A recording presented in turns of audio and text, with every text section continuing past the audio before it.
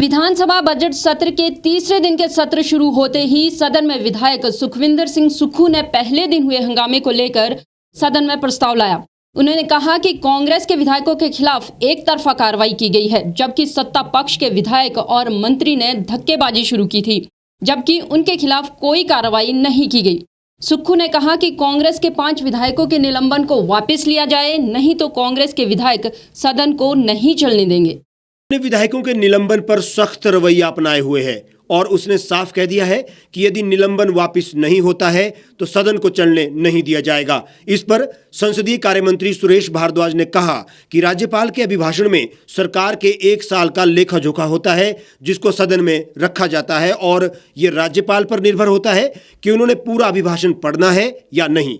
राज्यपाल को राष्ट्रीय ध्वज और राष्ट्रीय गान की तरह ही सम्मान देना होता है। राज्यपाल की कार पर जिस तरह से मुक्के मारने और सुरक्षा कर्मियों पर जिस तरह से हाथ डाला गया है, उसे सहन नहीं किया जा सकता है। सदन से पहली बार विधायकों को बाहर नहीं किया गया है। इससे पहले भी इस तरह की घटना हो चुकी है।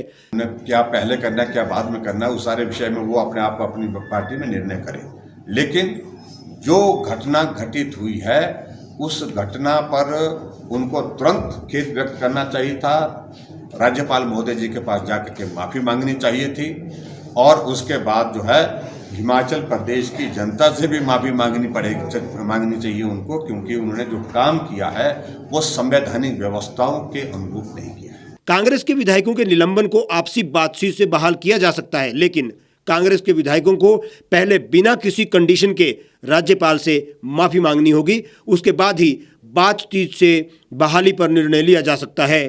सरकार की तरफ से मुख्यमंत्री और मंत्री पहले ही पूरे घटनाक्रम को लेकर माफी मांग चुका है और अब बारी कांग्रेस की है।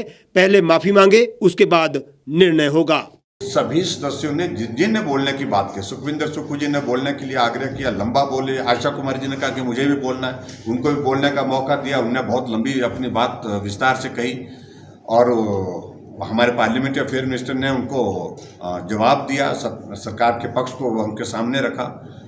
उसके बाद जब बार बार वो डिप्टी स्पीकर को इंगित कर रहे थे नाम के साथ, तो उनको अपने पक्ष रखने का अधिकार है और नियमों के अनुसार उन्होंने अध्यक्ष महोदय से परमिशन मांगी। परमिशन मांगने के बाद अध्यक्ष महोदय ने उनको इजाजत दी बात कहने के लिए। जब से बात कहने लगे तो शोर डालने की कोशिश हुई और शोर डालने तक भी बात मान ली, चलो, लेकिन उसमें वहां पर सत्ता पक्ष के विधायक को, क्योंकि हमारे डिप्टी स्पीकर जो है वो विपक्ष की जो बैठने की व्यवस्था होती है उसके करीब होते हैं, तो वहाँ जाकर के उनके पास जाकर के उनको धमकी देने लग पड़े, जो सब लोगों ने देखा, मीडिया ने देखा।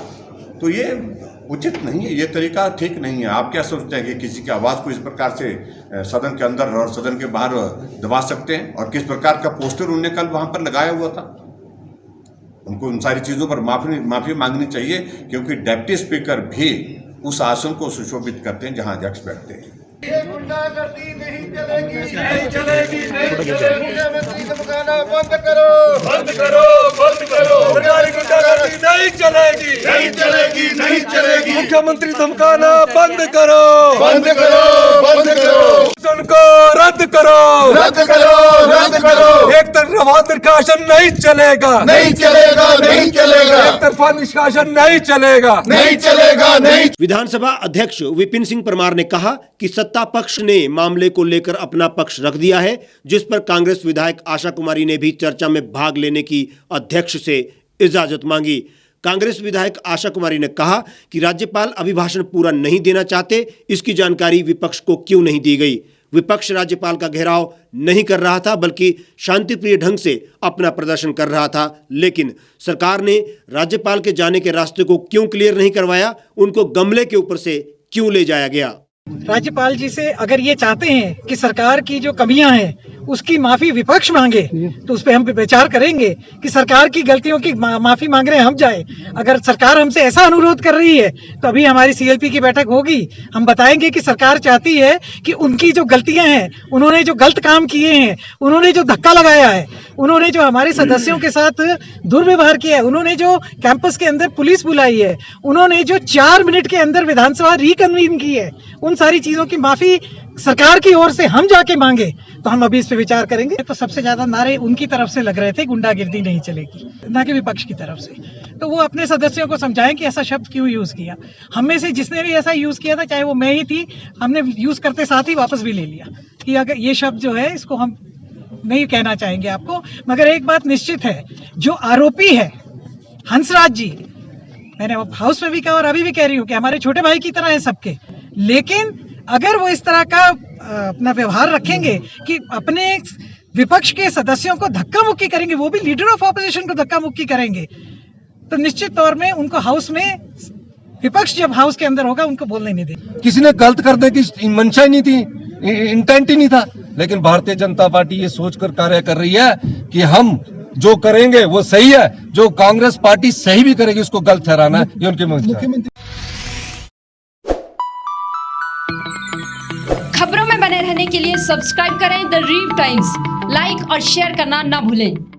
एक छत के नीचे सुविधाओं का अब उठाएं लाभ। रीव ई मार्ट में अब पाएं अपनी रसोई के लिए गुणवत्ता और सस्ते दामों पर राशन सामग्री। दालें हो या हो मसाले, आपका किचन ई मार्ट संभाले। उच्च गुणवत्ता और दामों में बेहतरीन रीव ई मार्ट में पधारें और पाएं अपनी पसंद के सभी उत्पाद, या फिर करें ऑनलाइन ऑर्डर और पाएं घर द्वार पर ही सुविधा। आज ही संपर्क करें फोन नंबर 8219694079 पर, बाईपास रोड, शनान, संजौली, शिमला। गांव की चौपालों से लेकर संसद के गलियारों तक, गृहिणी के चूल्हे से लेकर निवेश और बाजारों तक, किसानों के हाल से लेकर खेत और खलिहानों तक, शिक्षा और स्वास्थ्य से लेकर खेल के मैदानों तक, संसद के प्रधान से लेकर पंचायत के पंच तक, सेंट्रल हॉल से लेकर ग्राम सभा के मंच तक, हर खबर पर रहेगी हमारी पैनी नजर।